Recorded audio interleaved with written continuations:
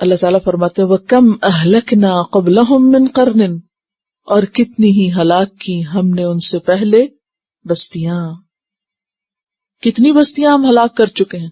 قرن کہتے ہیں ایک دور کے لوگوں کو، اور پھر بستی کے معنوں میں بھی. ہم احسن اثاثا، وہ بڑھ چڑھ کر تھے اساس میں. اساس کہتے ہیں گھر کے مال اسباب کو، احسن کہتے ہیں زیادہ خوبصورت، زیادہ اچھے، بڑھ چڑھ کے. گھر کے ساز و سامان میں وہ ان سے زیادہ بڑھ چڑھ کے تھے. اثاث گھر میں کیا کیا ہوتا ہے؟ آپ کا لباس، furniture, crockery, carpets, flooring, selling,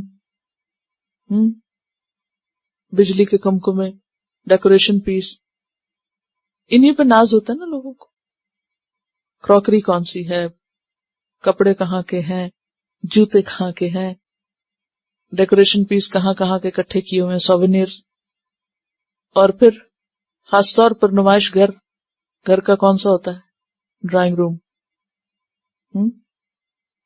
باقی گھر میں کچھ ہو یا نہ ہو، لیکن ساری قوت مال کی اس نمائش پہ وہیں صرف کی جاتی کہ بیٹھنے کی جگہ، دکھاوے کی جگہ، اور اپنے مرتبے اور مقام کا جو اظہار ہے، نہ صرف یہ کہ اس خوبصورت اعلیٰ درجے کے ساز و سامان اور فرنیچر سے، بلکہ ڈرائنگ روم میں سجائے ہوئے اور کس سے کرسٹل بھی نہیں صرف، اور میڈلز، سرٹیفکیٹس، تصاویر، یہ فلاں بڑے سے ہاتھ ملایا جا رہا ہے اور یہ فلاں سے ملاقات کی جا رہی ہے.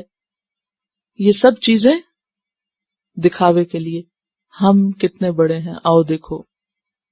اور پھر چلیے سجانے میں کوئی حرج نہیں، لیکن یہاں مقابلہ کیا جا رہا ہے کہ تم مسلمان اور تم بڑے دیندار، کیا ہے تمہارے پاس؟ کچھ بھی تو نہیں. آؤ دیکھو ہمارے گھر کیسے، ہمارے مقام اور مکان، کیونکہ مقام رہنے کی جگہ کو بھی کہتے ہیں. ہمارے رہنے کی جگہ دیکھو، ہمارے گھر دیکھو، اساس دیکھو، فرنیچر دیکھو کہاں کہاں کا ہے، کہاں کی لکڑی ہے. اینٹیک دیکھو ہمارے آکے. ورئیا، اور منظر.